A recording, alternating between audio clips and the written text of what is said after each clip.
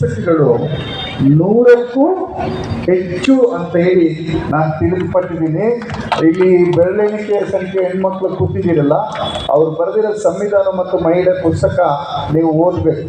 ಅವ್ರು ಬರೆದಿರೋ ನಾನು ಕಸ್ತೂರ್ ಓದಬೇಕು.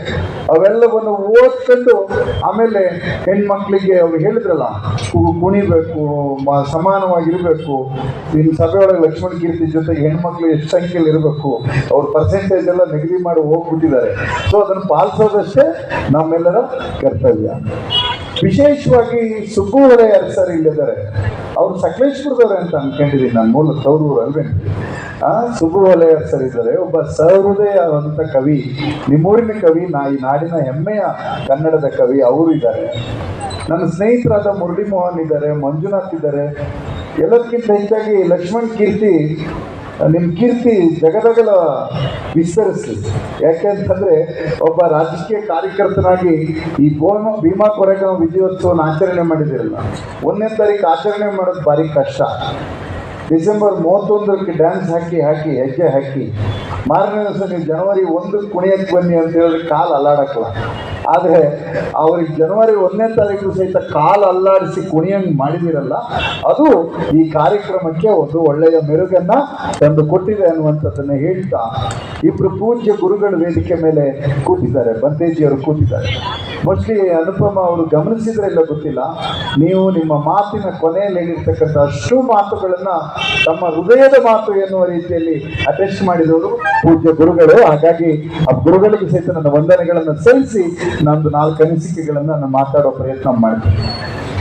ಸ್ನೇಹಿತರೆ, ಈ ವೇದಿಕೆ ಮಧ್ಯಭಾಗದಲ್ಲಿ ಅಶೋಕ ಚಕ್ರವರ್ತಿಯ ಫೋಟೋವನ್ನು ಹಾಕಿದ್ದಾರೆ ಸಂಘಟಕರು. ಕಳಿಂಗ ಯುದ್ಧ ನಂತರ ಯಾವ ಅಶೋಕ ಚಕ್ರವರ್ತಿಗೆ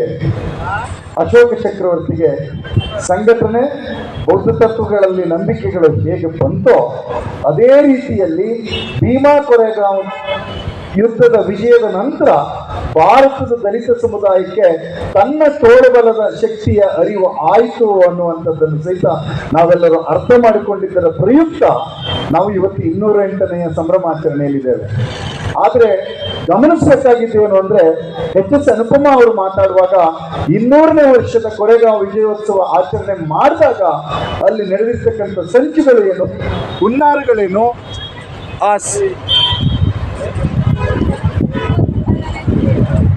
ಇದು ಸಂಚುಗಳೇನು, ಹುನ್ನಾರಗಳೇನು ಅನ್ನೋದನ್ನು ನಾವು ಅರ್ಥ ಮಾಡ್ಕೋಬೇಕು.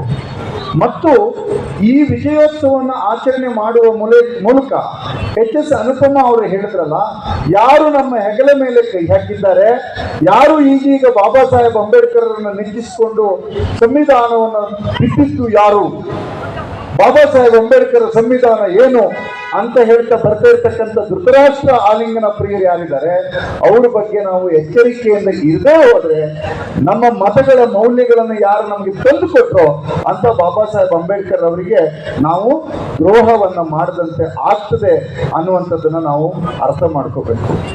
ಸ್ನೇಹಿತರೆ, ತುಂಬಾ ಸಂದರ್ಭದಲ್ಲಿ ಇತಿಹಾಸವನ್ನ ಅನುಪಮ ಅವರು ಹಡಗಿನ ಹಲಗೆಗಳ ಮೂಲಕ ನಾವು ಅವ್ರ ಉದಾಹರಣೆಯನ್ನು ಕೊಟ್ಟರು. ನಾವು ನೆನಪು ಮಾಡ್ಕೋಬೇಕು, ಇತಿಹಾಸವನ್ನು ಅರ್ಥ ಮಾಡಿಕೊಳ್ತಕ್ಕಂಥ ಸಂದರ್ಭದಲ್ಲಿ ಭೀಮಾ ಕೊರೆಗಾಂವ್ ವಿಜಯೋತ್ಸವ ಅನ್ನೋದು ಭಾರತದ ಯಾವುದೇ ಪಠ್ಯ ಪುಸ್ತಕದಲ್ಲಿ ಅದು ಚರ್ಚೆ ಆಗದಂತೆ ಮಾಡಿದ್ರೆ ಅದೇ ಹಲಗೆಯನ್ನ ಕಳಚುವ ಪ್ರಕ್ರಿಯೆ ಅನ್ನೋದನ್ನ ನಾವು ಅರ್ಥ ಮಾಡ್ಕೋಬೇಕು.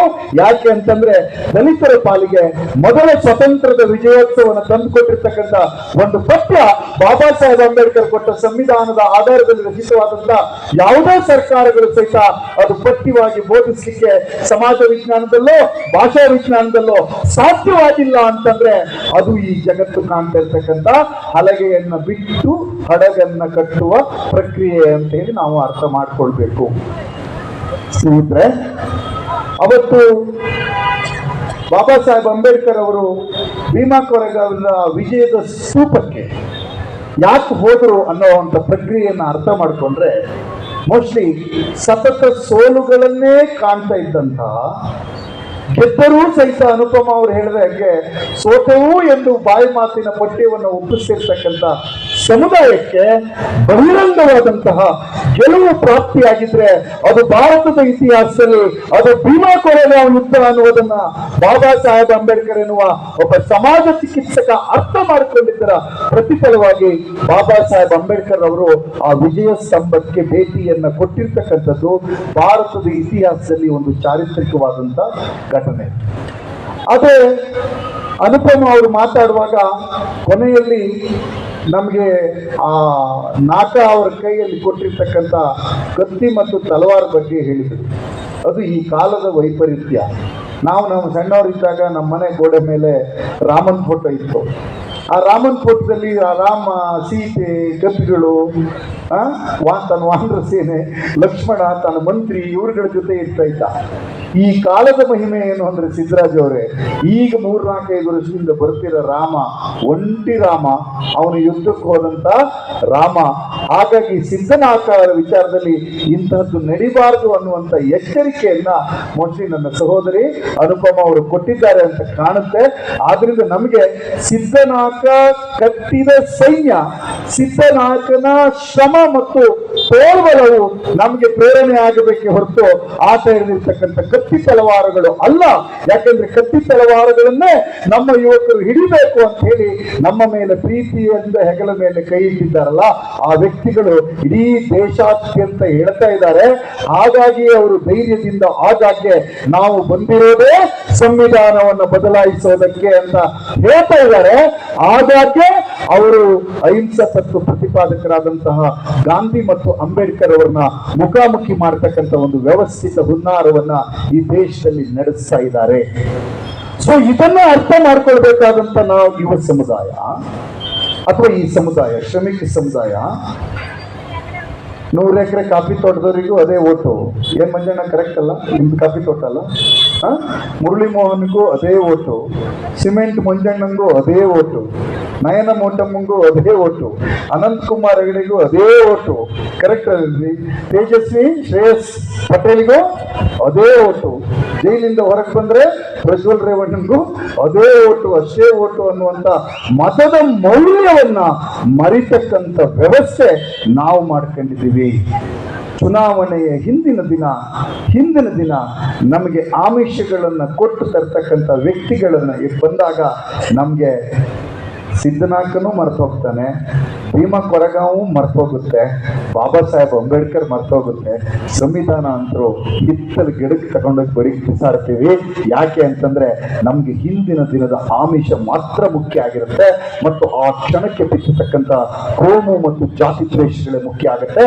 ಆ ಎಲ್ಲ ಸಂದರ್ಭದಲ್ಲಿ ನಮಗೆ ಪ್ರೇರಣೆ ಆಗಿರ್ಬೇಕಾಗಿದ್ದು ಏನು ಅಂದ್ರೆ ಲಕ್ಷ್ಮಣ್ ಕೀರ್ತಿಯ ನೇತೃತ್ವದಲ್ಲಿ ಆಯೋಜನೆ ಮಾಡಿರ್ತಕ್ಕಂಥ ಈ ಭೀಮಾ ಕೊರೆಗಾಂವ್ ವಿಜಯೋತ್ಸವದಲ್ಲಿ ಆ ಸ್ತಂಭದ ಪ್ರತಿಕೃತಿ ಎದುರುಗಡೆ ನೀವೇನು ಬಲವಾದಂತ ಹೆಜ್ಜೆಗಳನ್ನು ಹಾಕಿ ನೃತ್ಯವನ್ನು ಮಾಡಿದ್ರು ಅಷ್ಟೇ ದೃಢವಾದ ನಿರ್ಧಾರವನ್ನು ತಗೊಂಡು ಆ ರೀತಿ ಆಮಿಷ ಕೊಟ್ಟು ಬಂದವನಿಗೆ ಹೇಳಬೇಕು, ನಾವು ಸಿದ್ಧನಾಕನ ರಕ್ತವನ್ನು ಹಂಚಿಕೊಂಡು ಹುಟ್ಟಿದ್ದೇವೆ, ಬಾಬಾ ಸಾಹೇಬನ ರಕ್ತವನ್ನು ಹಂಚಿಕೊಂಡು ಹುಟ್ಟಿದ್ದೇವೆ, ನಾವು ನಾರಾಯಣ ಗುರುಗಳ ರಕ್ತವನ್ನು ಹಂಚಿಕೊಂಡು ಹುಟ್ಟಿದ್ದೇವೆ, ನಾವು ಟಿಪ್ಪು ಸುಲ್ತಾನನ ರಕ್ತವನ್ನ ಹಂಚಿಕೊಂಡು ಹುಟ್ಟಿದ್ದೇವೆ.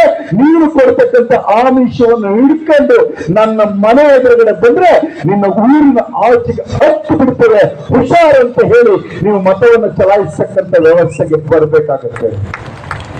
ಆ ವ್ಯವಸ್ಥೆಗೆ ಬರ್ಲಿಕ್ಕಾಗಿ ಇವತ್ತು ಭೀಮಾ ಕೊರೆಗಾಂವ್ ವಿಜಯೋತ್ಸವದ ನೆನಪುಗಳನ್ನ ಒಂದು ಇತಿಹಾಸವನ್ನ ಮತ್ತೆ ಸ್ಮರಿಸತಕ್ಕಂಥ ಕೆಲಸವನ್ನ ಎಲ್ಲ ಕಡೆಯನ್ನು ಆಯೋಜನೆಯನ್ನು ಮಾಡ್ತಾ ಇದ್ದೇವೆ.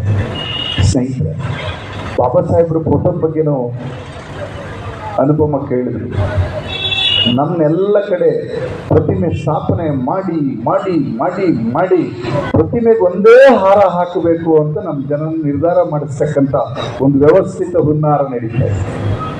ನಮಗೆ ಆ ಪ್ರತಿಮೆಗಿಂತಲೂ ಮುಖ್ಯವಾಗಿ ಆ ಪ್ರತಿಮೆಯ ಒಂದು ಮಹಾನ್ ಚೇತನ ತಾನು ಬದುಕಿದ್ದಾಗ ಯಾವ ರೀತಿಯಾದಂಥ ಜೀವನ ಸಂದೇಶವನ್ನು ಕೊಟ್ಟರು, ಯಾವ ಕೃತಿಗಳನ್ನು ನಮಗೆ ಕೊಟ್ಟರು, ಅದು ಯಾವ ವಿಚಾರವನ್ನು ನಮಗೆ ಬೋಧಿಸ್ತಾ ಇದೆ ಅನ್ನುವ ಸತ್ಯವನ್ನು ನಾವು ಅರ್ಥ ಮಾಡ್ಕೊಳ್ಬೇಕು.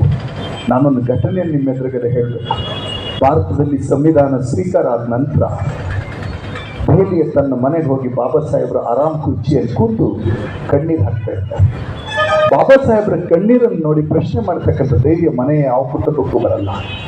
ಆದರೆ ರತ್ತು ಅಂತಕ್ಕಂಥವ್ರು ಆಪ್ತ ಸಹಾಯಕ್ಕೆ ಹೋಗಿ ಬಾಬಾ ಸಾಹೇಬ್ ಅಂಬೇಡ್ಕರ್ ಹತ್ರ ಕೇಳ್ತಾರೆ, ಬಾಬಾ ಸಾಹೇಬ್ ನೀವು ಕೊಟ್ಟ ಸಂವಿಧಾನ ಈ ದೇಶ ಸ್ವೀಕಾರ ಮಾಡಿದೆ, ಖುಷಿಯಲ್ಲಿರ್ಬೇಕಾದಂತ ನೀವು ಕಣ್ಣೀರು ಯಾಕೆ ಹಾಕ್ತಿದ್ದೀರಿ ಅಂತಾದಾಗ ಬಾಬಾ ಸಾಹೇಬ್ ಹೇಳ್ತಾರೆ, ರತ್ತು ಈ ಸಂದರ್ಭದಲ್ಲಿ ತೀರ್ ಹೋಗಿರ್ತಕ್ಕಂಥ ನನ್ನ ಮಗನ ನೆನಪಿಗೆ ಬರ್ತಾ ಇದೆ.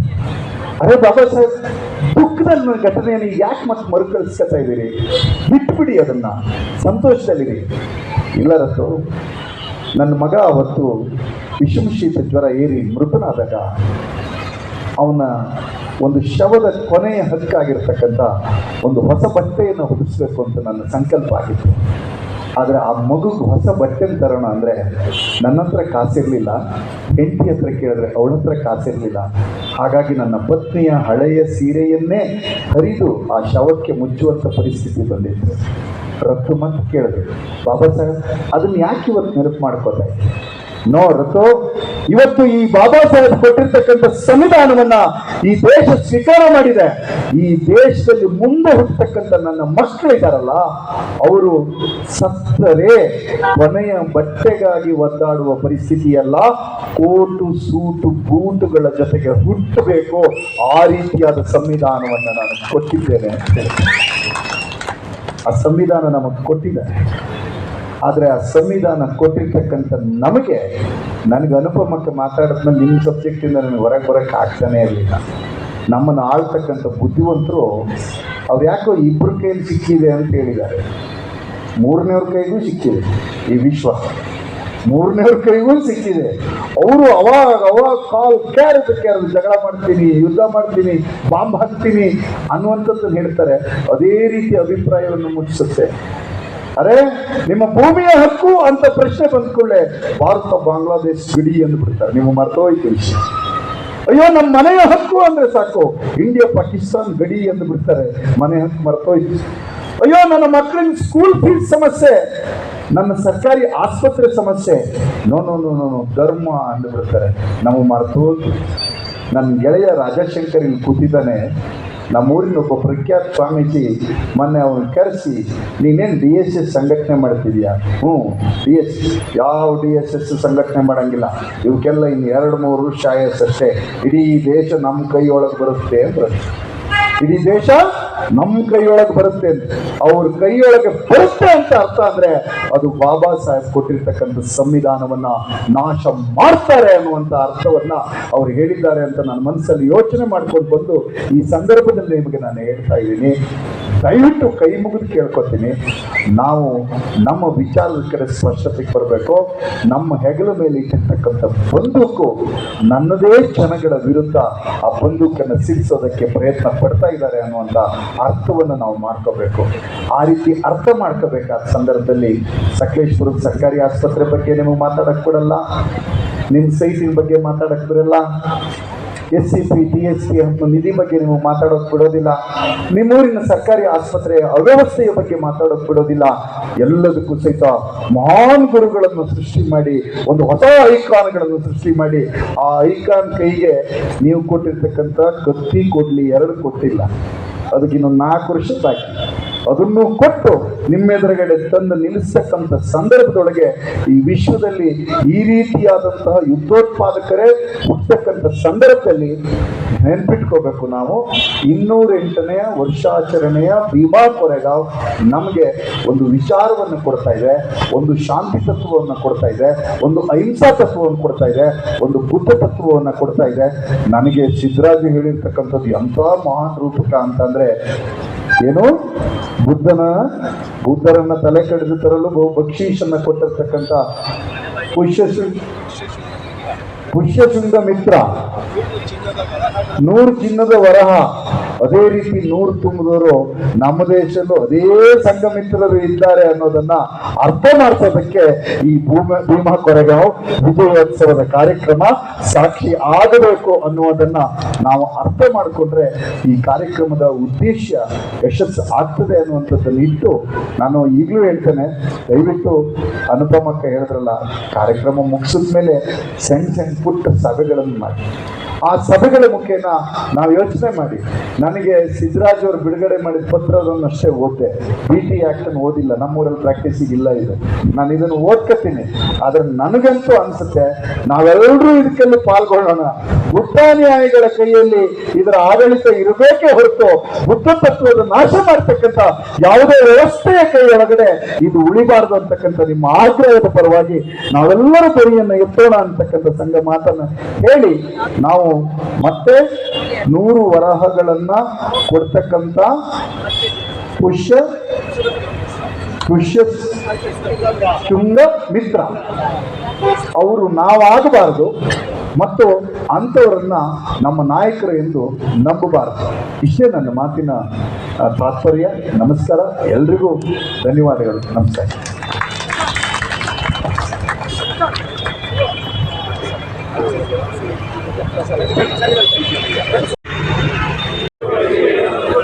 BT ಆಕ್ಟ್ ಆಫ್ 1949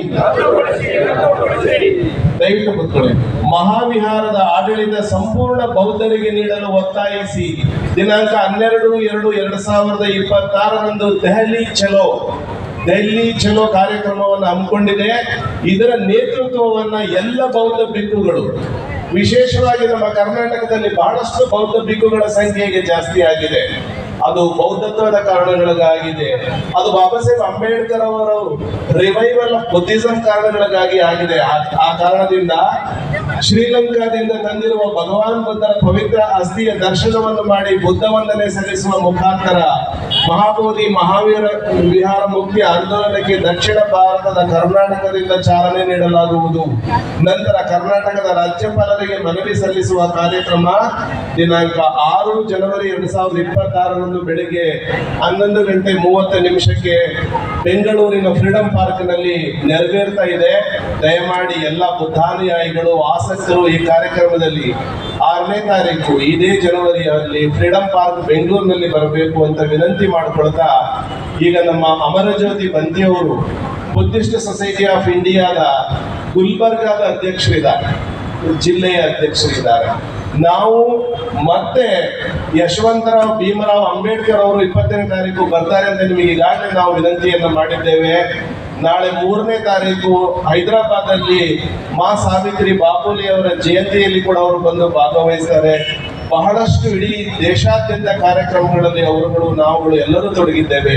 ಈ ವಿಚಾರವನ್ನು ನಿಮಗೆ ತಿಳಿಸಿ ಕರಪತ್ರವನ್ನು ಈ ವೇದಿಕೆಯಲ್ಲಿ ಬಿಡುಗಡೆ ಮಾಡಬೇಕು ಅಂತ ಹೇಳಿ ತಮ್ಮೆಲ್ಲರ ಸಮಕ್ಷಮದಲ್ಲಿ ಈ ವಿಚಾರವನ್ನು ಪ್ರಸ್ತಾಪ ಮಾಡಿದ್ದೇವೆ. ಭೀಮ ವಂದನೆಗಳು, ಧನ್ಯವಾದಗಳು.